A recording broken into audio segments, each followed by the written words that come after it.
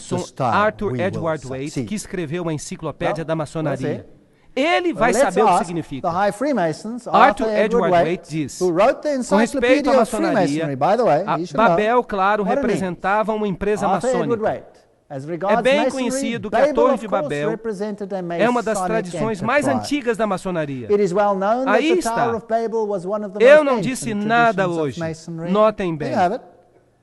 Cada declaração que eu fiz foi substanciada com as mais elevadas fontes. Então, por favor, não digam que eu estou apresentando coisas que são divisivas.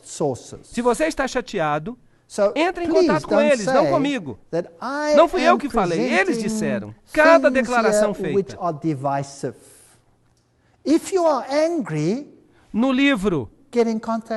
No livro das perguntas maçônicas, faz-se a indagação. Quem era Nimrod? A resposta é: ele era o filho de Cush. Nas velhas constituições, ele é chamado de um dos fundadores da maçonaria. Eu pensava que ele era um guerreiro diante do Senhor, contra o Senhor. Nas Escrituras, ele é o arquiteto de muitas cidades. No manuscrito de York, nós encontramos: ao construir a Torre de Babel, houve um construtor, um maçom, muito estimado. E Nimrod era um maçom, um construtor, e protegia os construtores.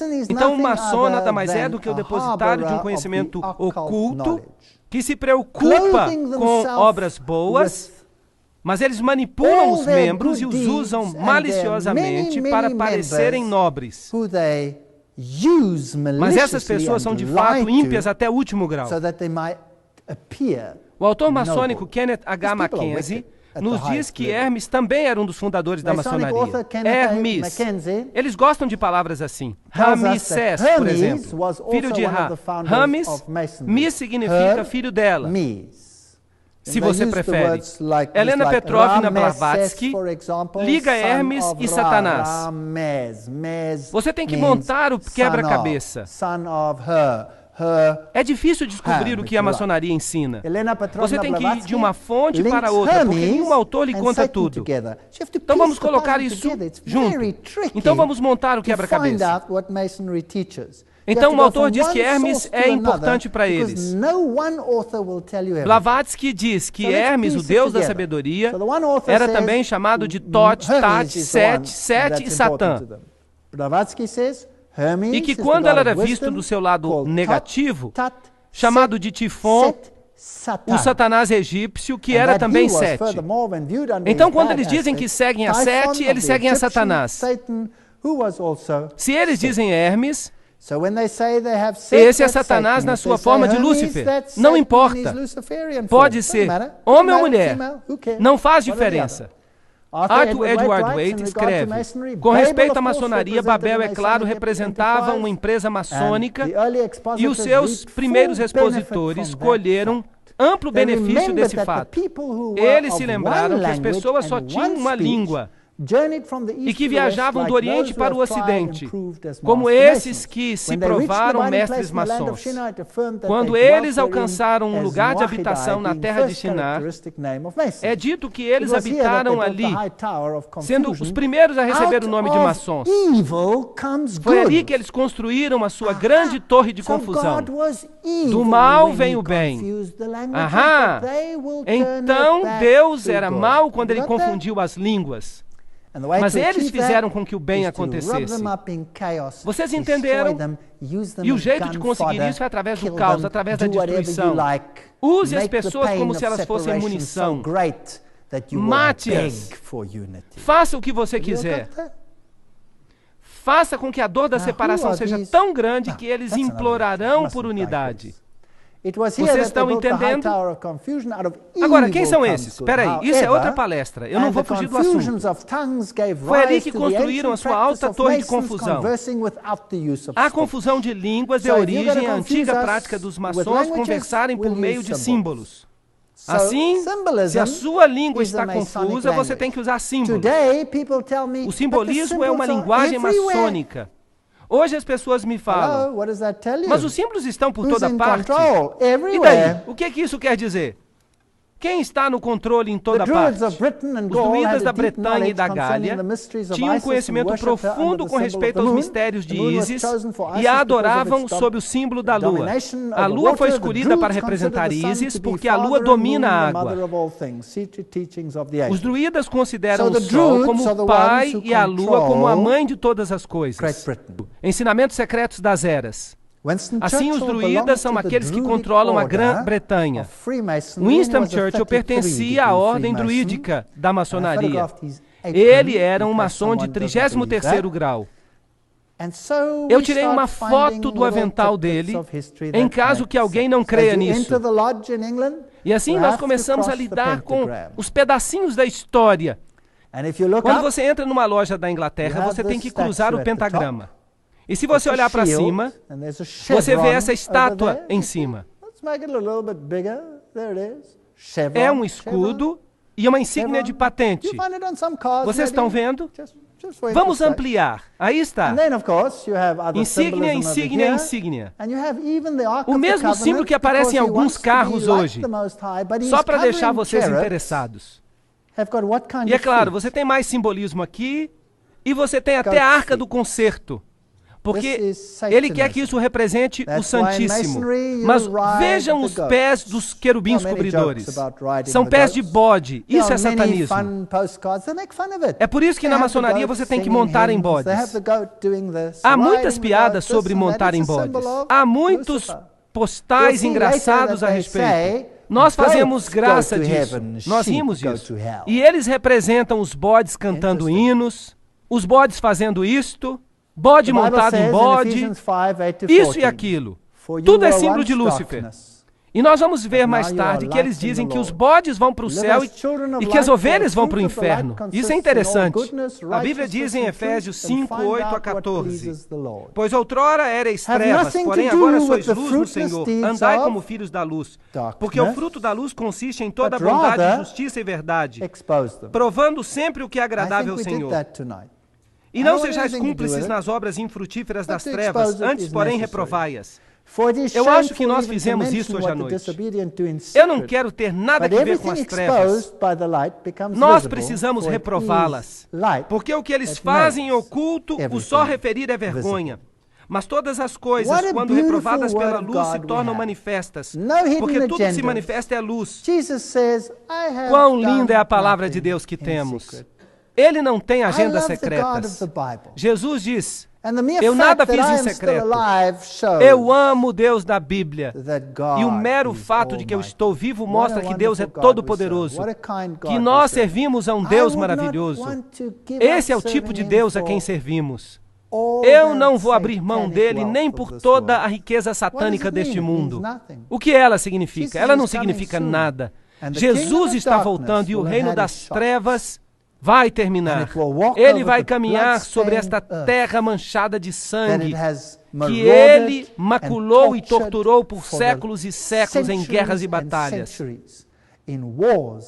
Mas a palavra de Deus vai permanecer por todo o tempo. A palavra de Deus permanece firme como uma rocha. É a última coisa que está no seu caminho. Que guerra ele tem travado contra a palavra de Deus? Eu lhes peço que voltem nas próximas palestras, porque nós vamos ver o que Satanás tem feito.